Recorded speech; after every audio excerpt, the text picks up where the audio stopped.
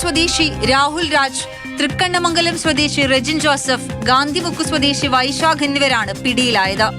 കൊട്ടാരക്കരയിലെ excise സംഘം വാഹന പരിശോധന നടത്തുകയായിരുന്നു.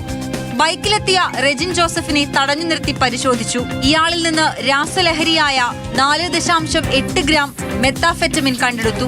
ലഹരി കടത്താൻ ഉപയോഗിച്ച ബൈക്കും പിടിച്ചെടുത്തു. ഇയാളെ ചോദ്യം ചെയ്തതിൽ നിന്നാണ് രാഹുൽ രാജിനെയും വൈശാഖിനെയും കുറിച്ചുള്ള വിവരങ്ങൾ ലഭിച്ചത്. ഇയാൾ എഴുകോൺ എക്സൈസ് റേഞ്ച് ഓഫീസിലെ MDLA കേസിലെ പ്രതിയാണ്, മുൻ പ്രതിയാണ്. ക്രിമിനൽ പശ്ചാത്തലമുള്ള ആളാണ്. രാഹുൽ രാജിൽ നിന്ന് 4.5 ഗ്രാം മെത്താഫെറ്റമിൻ കണ്ടെടുത്തു. വൈശാഖിൽ നിന്ന് 8 ഗ്രാം കഞ്ചാവും പിടികൂടി. ക്രിസ്മസ്, പുതുവത്സരം തുടങ്ങിയ ആഘോഷവേളകൾ ലക്ഷ്യമിട്ടാണ് ഇവർ രാസലഹരി ജില്ലയിലേക്ക് എത്തിച്ചതെന്ന് എക്സൈസ് ഉദ്യോഗസ്ഥർ പറഞ്ഞു. വരും ദിവസങ്ങളിൽ പരിശോധന കൂടുതൽ ശക്തമാക്കാനാണ് ഉദ്യോഗസ്ഥരുടെ തീരുമാനം.